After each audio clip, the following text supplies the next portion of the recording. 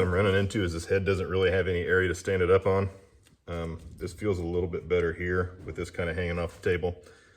So the exhaust valves aren't going to be that bad, but I'm afraid the intakes, I'll be able to get them out of here. I'm afraid the intake, it's going to be really hard to get the locking pieces back inside the intakes just because there's such small clearance on it. So I'm going to go ahead and get these torn out.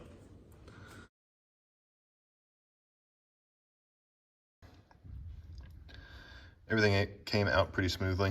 All of the intake seats look pretty good. The exhaust seats are kind of hard to tell. So I'm going to go ahead and start getting these cleaned up and see what kind of contact everything's making. Those intake valve retainers are pretty hard to get to. I don't really know how I'm going to get those back in there, so I'm going to have to figure that out later on. But there's just no room to get your finger in there around this tool to get them out. Even my magnet was too big to reach them, so I was just having to kind of knock them loose with a pick and then get them out afterwards. So this oiler tube in the heads, and the other one, it is really stuck in there, and I thought there was some trick to getting it out, and there's not. That one's just stuck. So you just kind of have to get under the lip of it a little bit. It feels fairly strong, but it is hard plastic. It's not. It looked kind of like it had like a rubber washer under it or something that was grabbing it, and that's not the case. It's just a plastic. Okay, so far all the seats are looking pretty good, but this thing's gonna have to be cleaned out, like in a hot tank or something like that, to get all this stuff cleaned out, because the more I clean, the worse it gets. So I'm going to go ahead and get all my valves cleaned up, make sure everything looks straight, and then I'll go ahead and tear down the other head. I'm probably not going to video that unless there's anything that is noticeably different than this one. So as I'm tearing these down and cleaning them up, I realized that the springs are color coded. So the intake springs are white paint, and then the exhaust springs are red or orange paint.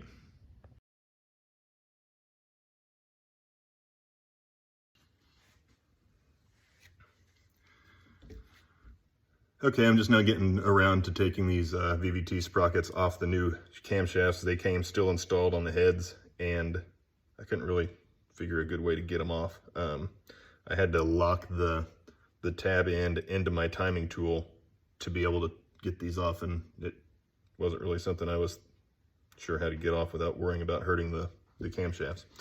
But if you look here, if I can get the light right,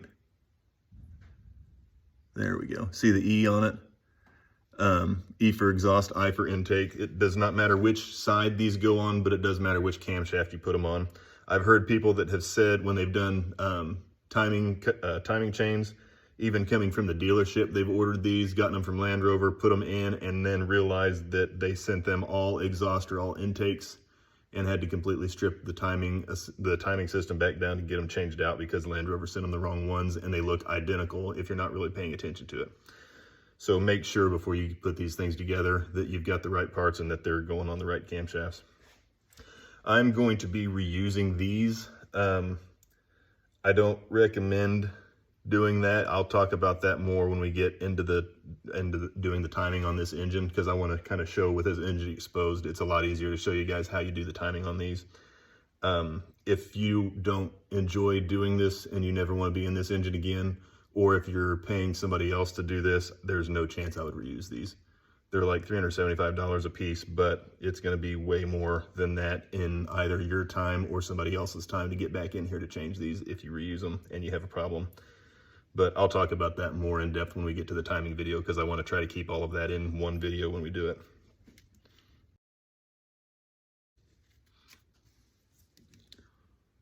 There's the eye for intakes.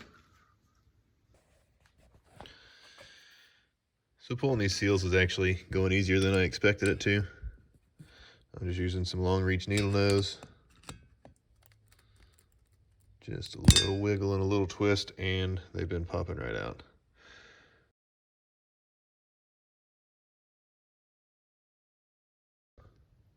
So in the first video on valves, we talked about these lobes that were kind of rusty. So I'm just taking this there. I don't know if I showed that good enough then, but all the others, I mean, there's some surface rust on stuff, but it's not anywhere that worries me. This is on all of the contacting surface of that cam lobe. So I'm gonna see if those polish up well enough. And if they don't, then I will probably go pull the exhaust cam off the old heads and make sure that I can get any metal shavings and stuff like that out of them and see if they're in better shape. But I'm just going to try and polish these up first. I do have specs. The 2013 Range Rover Sport service manual on Tappets does have specs for cam lobe, how tall these are supposed to be. So I do have those specs. I can make sure once I've polished these up that I've not affected anything that I have to worry about. So I'll check all that stuff once I get them polished up here.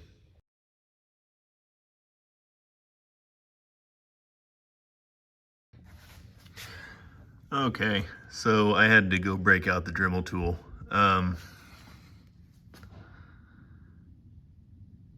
There was no way that was going to polish out the way that I was trying to do it, but the Dremel tool with a cloth polishing pad and the green polish that comes with the Dremel stuff worked pretty well. I just put a micrometer on it, and these are pretty much the same as all of the other Lobes are.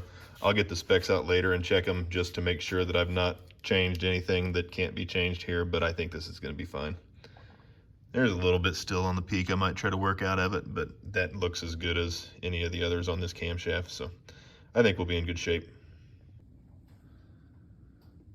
Just now occurred to me that I should probably show you guys some of these intake valves. This side, for some reason, the driver bank isn't near as bad as the passenger bank. This is the driver bank, by the way. The passenger bank had a lot more gunk on them.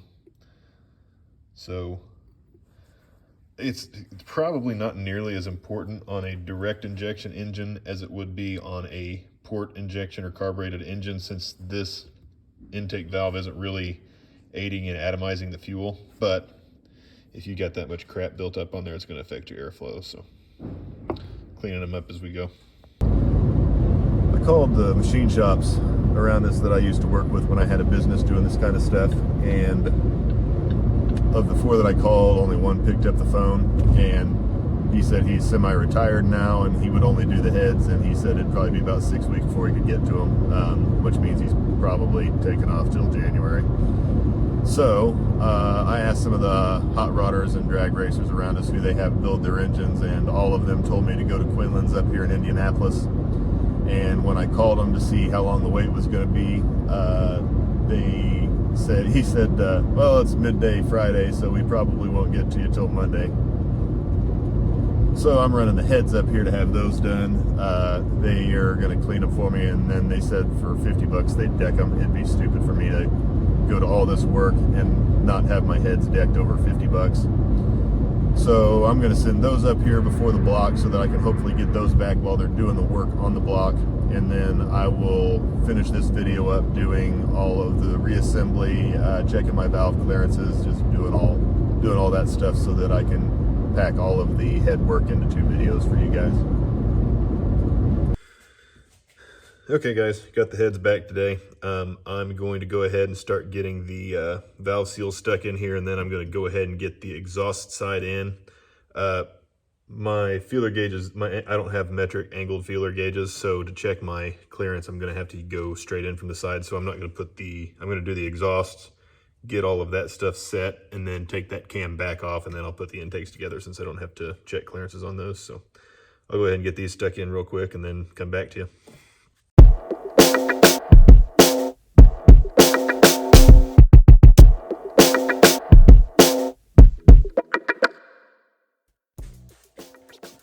Okay, 4 valves is about the max for my patience to get lapped at a time, so I'm going to go ahead and get these 4 in and then lap the next 4.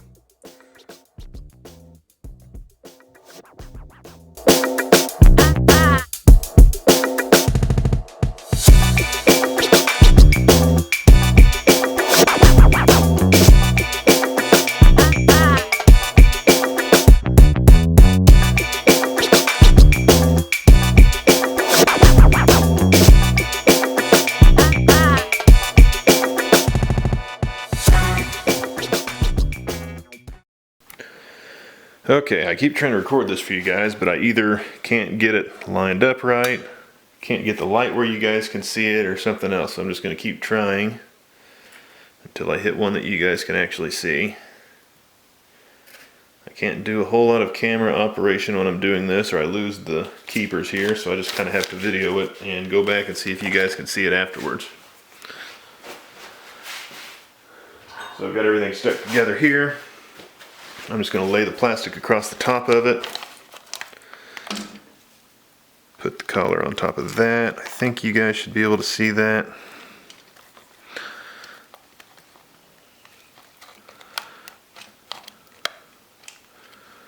Figure out where the valve is down here because I missed that. There it is. Alright. Now I'm just going to slowly compress this. There, see that one just popped into place. I think this one might take on the first try. Let's see here. So I'm going to slowly let up on it. Oh, nope, that one on the right didn't catch. But what I can do now is I can kind of reach in here and manipulate these a little bit. I'm going to see if I can pinch that together as it comes up. See if that helps. Yeah, that did it. And there we go. Kind of the first and a half time. Okay guys, so next step is I'm going to throw the buckets in. I've got them laid out here. Remember, these all have to go in the same order they came out. Hopefully mine are all correct because they had to take this camshaft out to remove this engine, or to remove this head from the old engine. My other one was right, but hopefully they knew to put them in the right order and they didn't just throw them in whatever valve they grabbed them out of. So I'm going to make sure I clean these bearings real quick, clean my journals real quick, throw some engine, I've got plastic gauge here. I'm going to check my clearances width. Our clearance is, our journal is 26.965 plus or minus 0.01, and our bearing diameter is 27.01 plus or minus 0.01. So I don't know what that clearance is. I'll do the math and throw that up here for you. But I'm going to check that stuff real quick. Check my lift and my check my lift on each of these lobes. This is the one that I had to polish up. I've already checked that one, so I know they're right. But I'll go ahead and show you guys taking that measurement so you guys can see what I'm talking about on it. But I'm going to go ahead and get this thrown together real quick and then check clearances on this. Okay guys, I'm redoing this video because I talked about this way more than I needed to in the video before. I'm checking our valve lift on the exhaust valve, on the exhaust camshaft. So our camshaft Lobe lift spec from the 2013 Range Rover Sport manual is 9.36 millimeters.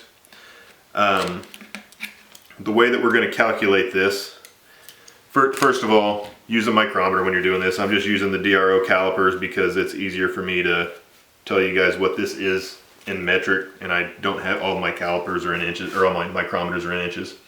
So what we're going to do is we're going to measure the widest point of this camshaft on the lobe here.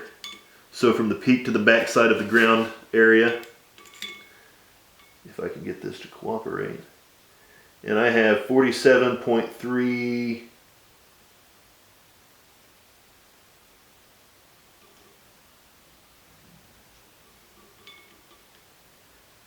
47.34.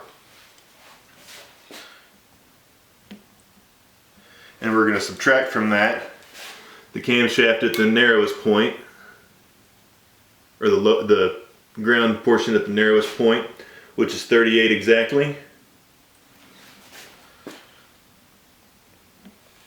That gives me 9.34 millimeters.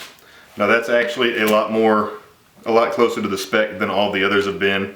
On this exhaust camshaft and on the other one that came off of these heads, my Lobe lift was between 9.32 and 9.34.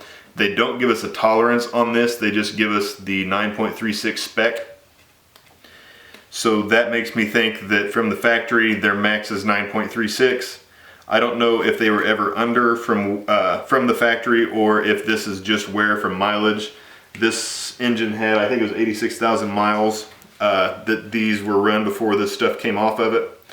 So maybe that 0.02 to 0.04 or millimeters of difference between this spec and what these are at, maybe that's just wear from mileage. I know that the exhaust camshafts that I checked on my engine originally that had 160,000 miles on it were between 9.27 and 9.31.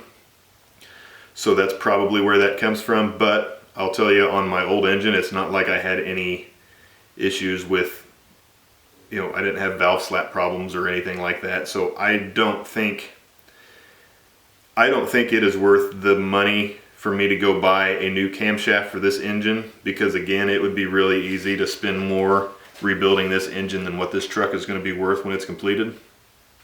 So I'm going to put this back in there. If you guys are building a high performance AJ for, you know, if you're building an SVR engine, if you're putting this in the supercharged F-types or something like that where you want this thing to really perform, you're probably going to put a new camshaft in it. You're probably going to get better airflow. But for what I'm doing with this is a naturally aspirated truck that we tow trailers with and go off-road and overland with. It's not worth it for me to spend the money to put new camshafts in this. So I'm going with that one. If I do have issues in the future, then I'll come back here and let you guys know that, but I really don't expect it for, you know, a maximum of 0.04 millimeters of difference from the spec. So I'll move on now to getting the valve lash set. Alright, so if you guys can see it here, I've just got a little strip of plastic gauge on here. Got them under all the bearings here. I've already cleaned the inside of these caps. So I'm going to torque these down to spec and then take these caps back off. And if you guys aren't familiar with plastic gauge, what it does is it just kind of smashes this out, and then we're going to look at how thick it is once it's smashed, and that's going to give us our bearing clearance. So I'll go ahead and show you that real quick. So I know you guys see me using a power ratchet on this stuff a lot, but anytime there's anything like this that's torqued down, especially something like this that is, you know, like you're torquing your caps, you're going straight into aluminum, stuff like that, I'm always breaking it loose with a regular wrench before I'm using the power ratchet on it. That isn't really the best way to do this, is to do this all by hand, because if you have any threads that are gummed up or anything like that, you're going to feel this as you take them out by hand. I know everybody, this makes things a lot easier. It's a lot easier on your, just making life easier on you. But if you're really building one of these things, the best thing to do is take all this stuff apart by hand, and you're going to prevent, you know, breaking off bolts and stripping stuff out and stuff like that a lot more frequently. Recognize that I'm telling you that as I'm taking this apart with a power wrench. But the first time I took this stuff apart, I did take it apart by hand so that I could kind of feel this, especially since this is a head that I didn't really know any of the history on. And something I didn't mention before, on these caps, the big caps, I told you guys that these are marked intake and exhaust. And so I didn't write that on the caps, and I took these all apart. I realized after the fact that the number 1 caps are the same. So I just got lucky that I marked the numbers differently on both of my heads so I could tell which one was which. But when you guys take these things apart, you need to check that and make sure that you mark which one is the intake and which one is the exhaust on your number 1 caps. Something I should have caught, but I wasn't really paying that close of attention to that because I thought I'd already found that answer. So here are our caps. So if you guys can see that, man, that is pretty hard to see. Let's see if I can get a better angle here. That's a little easier to see. You can see the thickness of this right here. It's going to match up to the thickness of one of these, and I would call that 0.002 millimeters. Between 0.0015 and 002. Because you see this plastic gauge is smashed down now, and so the thickness of that after it's been smashed is how you check your clearance. The proper way to do this is with tools where you can actually, you know, you take a micrometer, you check the outside of the journal, and then you take a bore gauge and you check the inside of that. I don't have tools that are precise enough for me to comfortably check this clearance. I know they're out there. If you guys are watching this kind of stuff, you probably don't have tools that are that precise either. So plastic gauge, this stuff is like $15 a package. Just buy this stuff. You're going to need it to do these, and you're going to need it to do your crankshaft journals and connecting rod bearing clearance when we do that later on too. So I'm going to check all these. This side looks good. I'm going to go ahead and get these all cleaned up, put some assembly lube on these journals so that I'm not spinning these things dry. I have it underneath it, I just don't have it on the top caps while I'm checking this clearance. I'm going to get some assembly lube on this so that we can turn this camshaft, and then I'll get our clearances checked here. When I was putting everything together for this job, I ordered the M11 ride bit for the head bolts for this, and because I'm kind of cheap and I thought I knew better, Land Rover makes this tool and it's like $70. And it comes with a collar that goes around this, and it's to protect the inside of this. And when I was thinking about it, when I was ordering it, I was thinking, well, okay, I just have to stay off the edges of that. They just don't want you to gum up the inside of that hole. No, actually what they're doing is they're trying to protect the bearing surface of your cams on your camshaft, of your bearings on your camshafts, because the hole where these head bolts go is directly underneath the camshaft journal. So if I'm taking this thing out, you guys probably can't see that very well. If I'm taking this thing out and it kind of torques sideways and it gets into the edge of the top of this hole, the edge of the top of this hole is your camshaft bearing. So if you gum that up just a little bit, that's going to wear into your camshaft. So I would probably, next time I do this job, and maybe even before I put these heads on, I'm probably going to go turn down a guide for this that'll fit inside here. If you guys haven't already gotten this kind of stuff for this build yet, I would recommend getting those. I don't remember if that was the actual Land Rover part or if that was like an aftermarket copy of it, but it was like 70 bucks. And seeing what I see now, if you gum up these holes, it's going to cost you a lot more than $70 in machine time to have that fixed to keep from damaging your camshafts. So I would get the right tool for this job, and that's coming from somebody who kind of has a habit of not buying the right tool for stuff if I can get by without it. Okay, so my good torque wrench, this is 8 foot-pounds. My good torque wrench doesn't go under 10, so I'm having to use this big thing. So make sure when you guys torque these down, you guys go a little bit at a time. Get them to where they're like hand tight, because you're compressing these valve springs when you do this. If you just go here and tighten this all the way down, and then here and tighten this all the way down, or even worse, if you start on one end here and work that way, the valve springs on these are strong enough that it can probably bend or even break these camshafts. I've had that happen on 4.6 Rovers and stuff, where if you don't do the right torque spec, I've got one out here now that actually has a rocker shaft that's bent on it, where somebody loosened them up just in sequence like that instead of in the right order, and it bent it. So get them hand tight, and then go through and give them each about a half turn in the right pattern until you get close, and then torque them to spec. Our clearance on these valves are 0.25 millimeters plus or minus 0.02.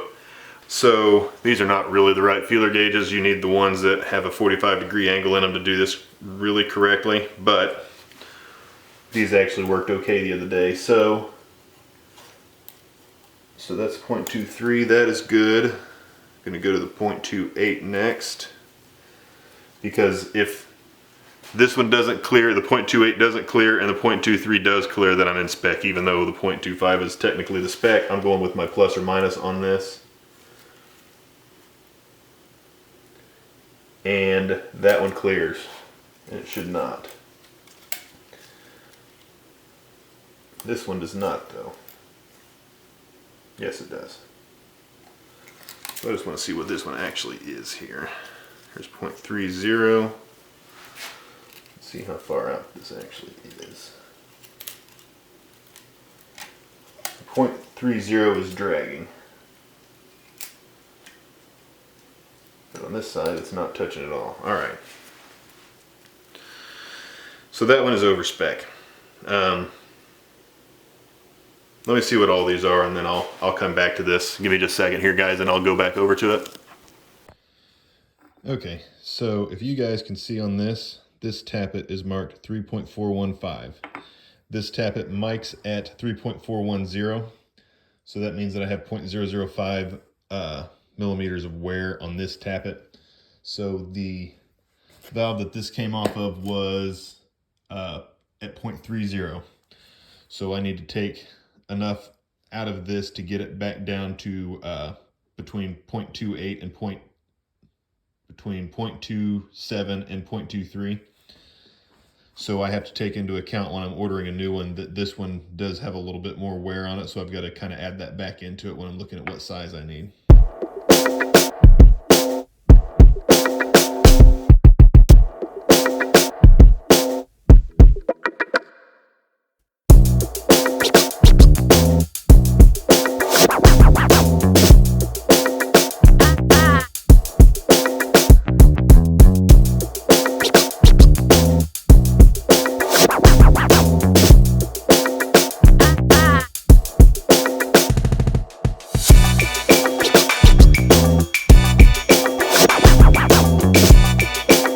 Well, I think that's all I've got for you guys today.